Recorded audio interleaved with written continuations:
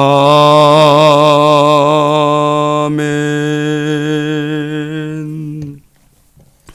하나님 말씀은 민수기 5장 말씀입니다.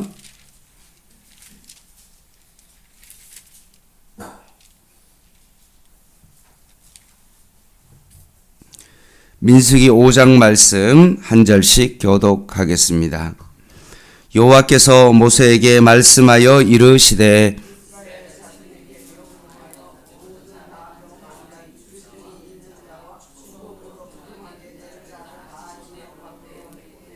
남녀를 막론하고 다 진영 밖으로 내보내어 그들이 진영을 더럽히게 하지 말라. 내가 그 진영 가운데 거하느니라 하시매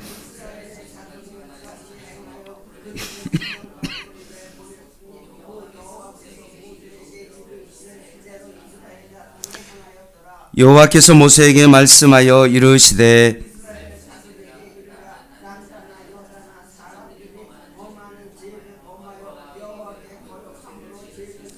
그 지은 죄를 잡아가고 그 죄값을 온전히 갚되 5분의 1을 더하여 그가 죄를 지었던 그 사람에게 돌려줄 것이요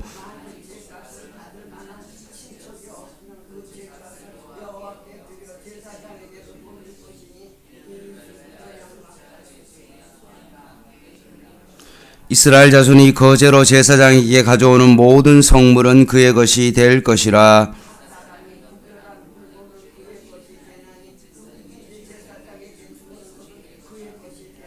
여호와께서 모세에게 말씀하여 이르시되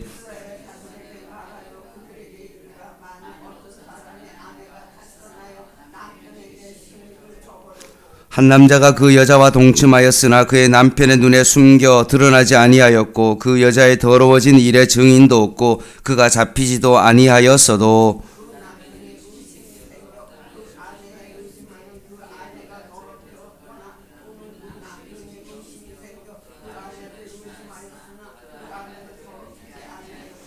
그의 아내를 데리고 제사장에게로 가서 그를 위하여 보리가루 10분의 1 에바를 헌물로 드리되 그것에 기름도 붓지 말고 유향도 두지 말라.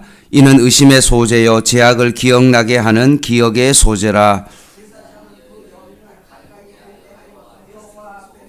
토기에 거룩한 물을 담고 성막 바닥에 티끌을 치하여 물에 넣고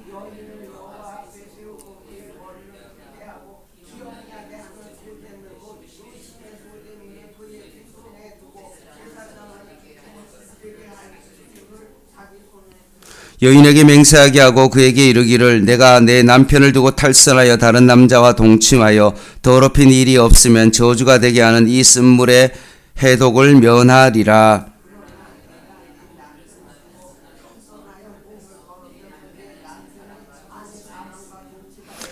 제사장이 그 여인에게 저주의 맹세를 하게 하고 그 여인에게 말할지니라. 여호와께서 내 넓적다리가 마르고 내 배가 부어서 내가 내 백성 중에 저주거리 맹세거리가 되게 하실지라.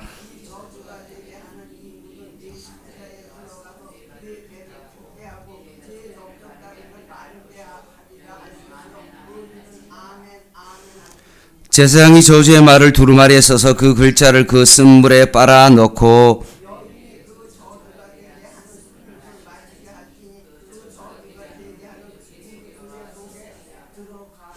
제사장이 먼저 그 여인의 손에서 의심의 소재물을 취하여 그 소재물을 여호와 앞에 흔들고 제단으로 가지고 가서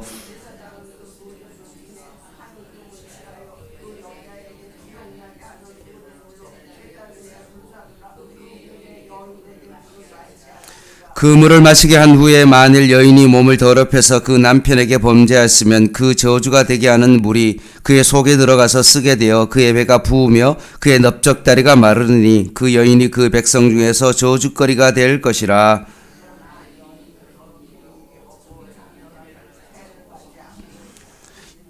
이는 의심의 법이니 아내가 그의 남편을 두고 탈선하여 더럽힌 때나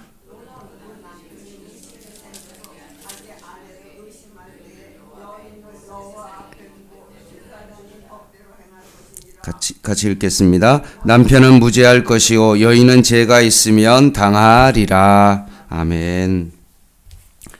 오늘 민수기 5장은 부정한 사람에 대해서 어떻게 처리할 거냐, 그리고 죄에 대한 값을 어떻게 또 처리할 것이냐. 그리고 세 번째는 아내의 간통을 밝히는 방법에 대한 말씀입니다. 3절에 보면 남녀를 막론하고 다 진영 밖으로 내보내어 그들이 진영을 더럽히게 하지 말라. 내가 진영 가운데 거하느니라 라고 말씀하십니다. 1절에서 4절 보면 성경에서 밝히고 있는 부정하다고 규정하는 병이 있죠. 예를 들어 유출병과 같은 그런 병이 있으면 그 사람을 진영 밖으로 내보내야 된다는 겁니다. 그 이유에 대해서는 우리가 읽은 3절에 말씀했던 것처럼 여호와께서 진영 가운데 계시기 때문에 그렇습니다. 하나님의 속성은 거룩이죠. 하나님은 더럽고 부정한 것이 하나도 없고 악하고 거짓된 것이 하나도 없으신 거룩하신 하나님입니다. 오류나 왜곡이 전혀 없는 완전하신 분이십니다.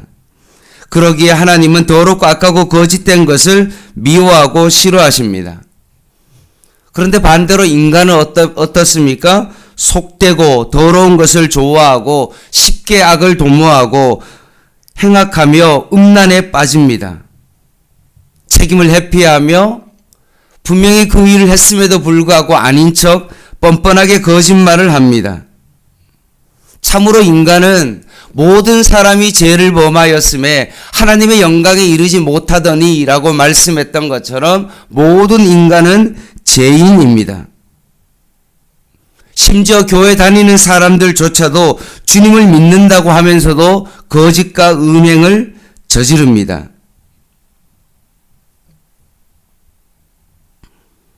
따라서 우리는 하나님을 믿게 된 우리가 하나님을 바르게 믿는 것은 하나님을 바르게 아는 것, 그것이 바로 하나님을 제대로 믿는 길입니다. 하나님이 어떤 분이신지 제대로 알지 못하고 하나님을 믿는 것은 오히려 하나님을 자신의 어떤 욕망을 채우는 그런 수단에 불과하기 때문에 그렇습니다. 따라서 하나님을 바르게 믿기 위해서는 하나님을 바르게 알아야 되는데 하나님이 어떤 분이신가를 알기 위해서는 바로 하나님의 말씀을 통하여 하나님이 어떤 분이신가를 제대로 알아야 되는 것입니다. 말씀에 철저해야 되고 매일 말씀과 함께 살아가야 되는 것입니다. 그리고 하나님의 속성 중에 하나가 거룩이라는 그 사실을 우리가 알게 되어질 때 우리는 하나님 앞에서 거룩한 하나님의 백성으로 살아갈 수 있는 것입니다. 5절에서 10절 말씀은 죄에 대한 값입니다. 7절, 8절을 보면 그 지은 죄를 자복하고 그 죄값을 온전히 갚되 5분의 1을 더하여 그가 죄를 지었던 사람에게 돌려줍니다. 근데 그것을 돌려줄 만한 사람이 이제 없어졌습니다. 사라졌습니다. 그럼 어떻게 해야 됩니까? 그 죄값을 친척에게 돌려줍니다. 그런데 그 친척마저 없다. 그럼 어떻게 해야 되죠? 제사장에게 돌립니다. 이는 그를 위하여 속죄 순양과 함께 돌린다라고 말씀합니다. 무슨 말입니까? 죄를 지으면 자복하고 그 사람에게 5분의 1 다하여 갚고 없으면 친척에게 갚고 만약에 친척도 없으면 제사장에게 그것을 돌려라 라고까지 말씀하신 이유가 뭡니까? 반드시 죄값은 치러야 된다. 없어졌다고 해서 그냥 유야무야 넘어가는 그런 일은 있어서는 안 됩니다. 반드시 보상하고 배상하듯 죄값을 치르라는 것입니다. 시간이 지났다고 사람이 없다고 해서 자기 스스로 면제하지 말라는 그런 말씀입니다.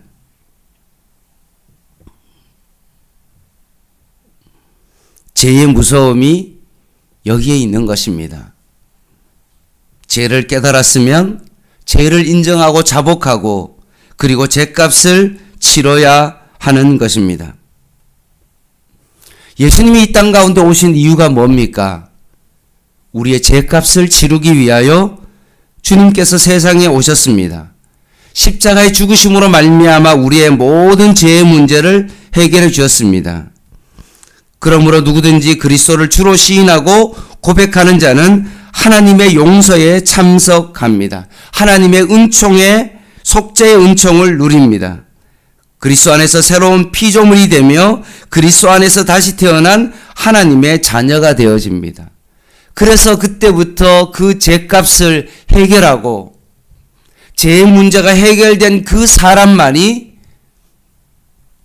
그리스도 안에서 새로운 출발을 하게 되는 이유가 바로 여기에 있는 것입니다.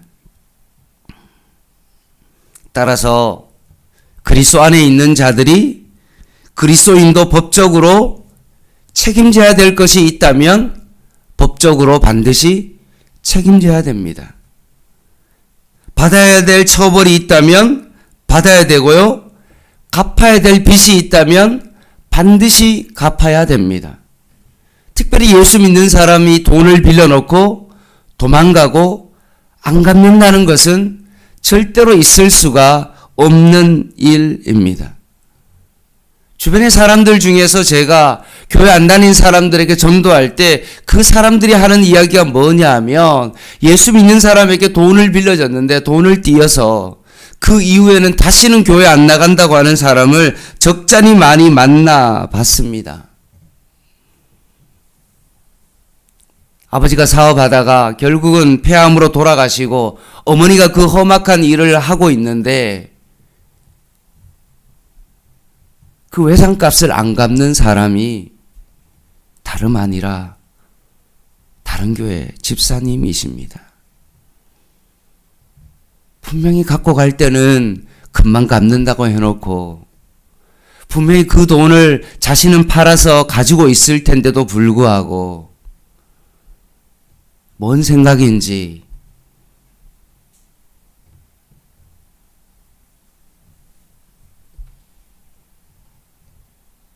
직접 저와 함께 찾아가도 하는 말은 꼭 똑같습니다. 곧 갚을게요. 조금만 기다려 주십시오.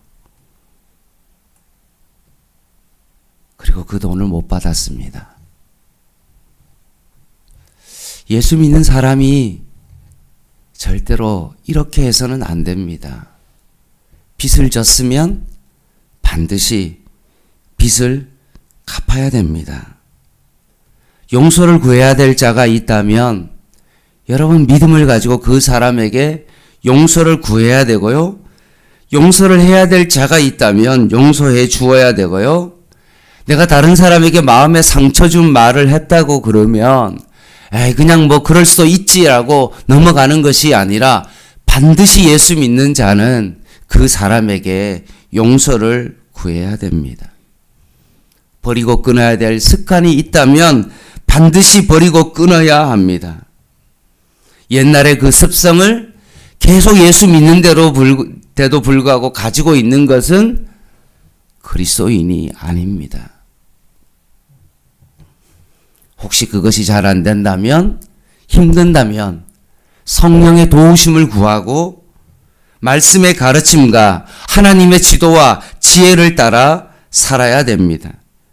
그래야만이 죄의 문제가 해결된 새로운 피조물의 모습이기 때문에 그렇습니다. 세 번째 11절에서 31절까지 긴 절의 내용이 뭐냐 하면 아내의 간통을 밝히는 절차입니다. 핵심은 이겁니다. 27절에 간통한 여인이 있습니다. 그럼 어떻게 합니까? 제상 앞에서 그 물을 마시게 합니다. 만일 여인의 몸을 더럽혀서 그 남편에게 범죄하였으면 저주가 되게 하는 물이 그 속에 들어가서 어떤 일이 벌어집니까? 배가 붓습니다. 넓적다리가 말라집니다. 그러면 그 여인이 백성 중에서 저주거리가 됩니다. 그러나 여인이 더럽힌 일이 없고 정결하면 해를 받지 않는다. 그리고 임신하리라 라고 말씀합니다.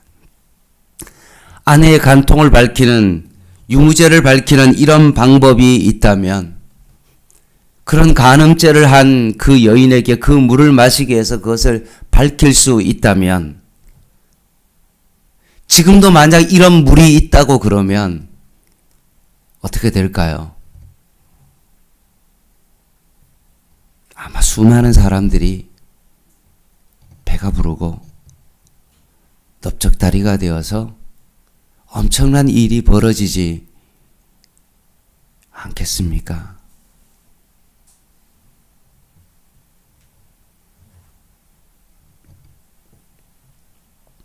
오늘날 이 본문대로 그런 일이 나타나지는 분명히 않을 것입니다. 오늘 본문이 전해주는 것은 무엇입니까?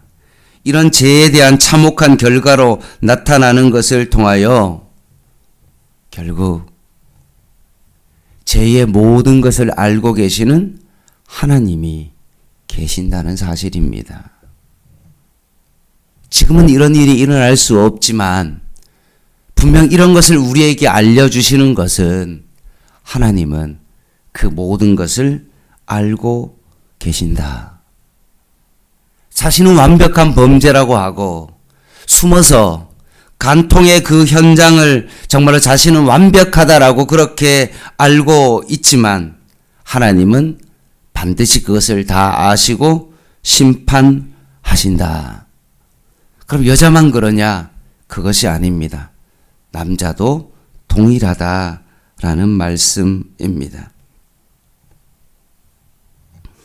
그럼에도 우리가 28절 하반절에 우리가 봤던 것처럼 마지막 한 단어가 뭡니까? 임신하리라 라는 말씀을 하십니다.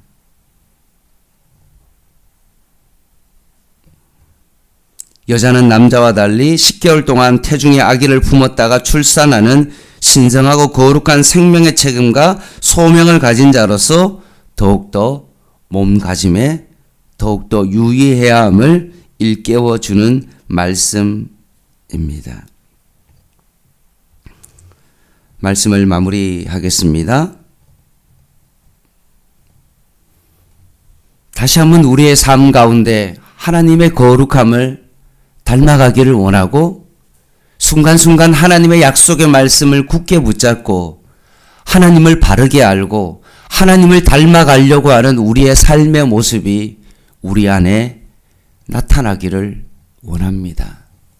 다람쥐 쳇바퀴 돌듯이 어제도 이런 일을 했으니까 오늘도 이런 일을 하는구나 라고 생각하며 그냥 하루를 지나가는 것이 아니라 오늘도 이 새벽에 이 말씀을 통해서 하나님의 그 거룩함을 더 묵상하고 내가 오늘도 하나님 앞에서 어떻게 거룩하게 살 것인가를 더 깊이 마음 가운데 새겨서 오늘도 만나는 그 사람에게 혹시나 내가 함부로 말하지 아니하고 혹시나 그 사람에게 용서를 구해야 될 일이 있으면 용서를 구하고 용서해 줘야 될 사람이 있다면 그 사람을 용서해 줄 수 있는 오늘도 예수님의 증인의 삶을 살아가는 저와 여러분 되시기를 주님의 이름으로 간절히 부탁을 드립니다. 기도하겠습니다.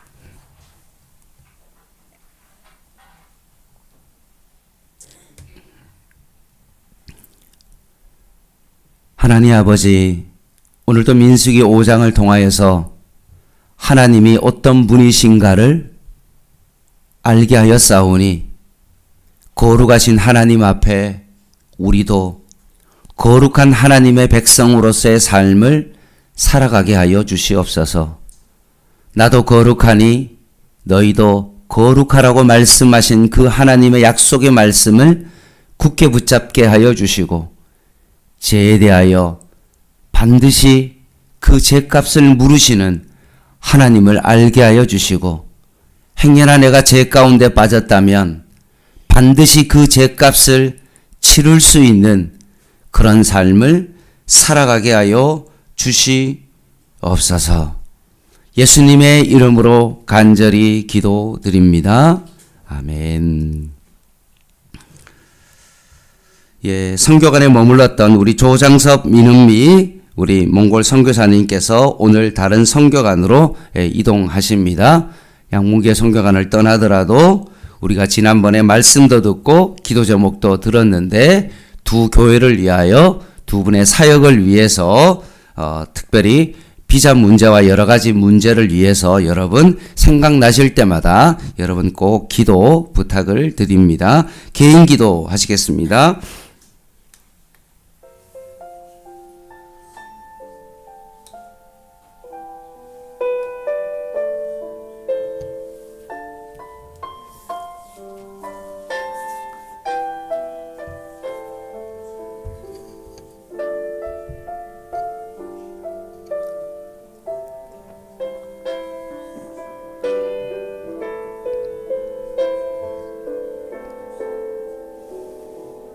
하나님이 모든 것을 다 알고 계시고 하나님께서 이 모든 것을 하심을 다시 한번 알게 하여 주시고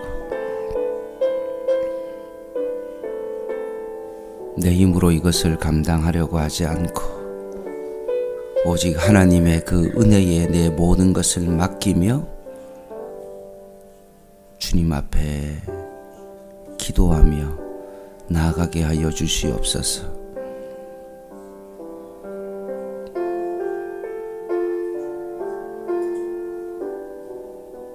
하나님, 내 안에 연약함이 드러날 때마다 내 자신을 묵상하지 않게 하시고 하나님이 어떤 분이신가를 더 깊이 바라보게 하여 주시옵소서. 나의 죄가 드러날 때마다 예수 그리스도의 그 십자가를 바라보며 만일 우리가 우리 죄를 자백하면 하나님은 미쁘시고 우러사 우리를 모든 불의에서 깨끗하게 하시는 십자가의 그 은혜를 다시 한번 바라보며 오늘도 이 아침에 기도하게 하여 주시옵소서.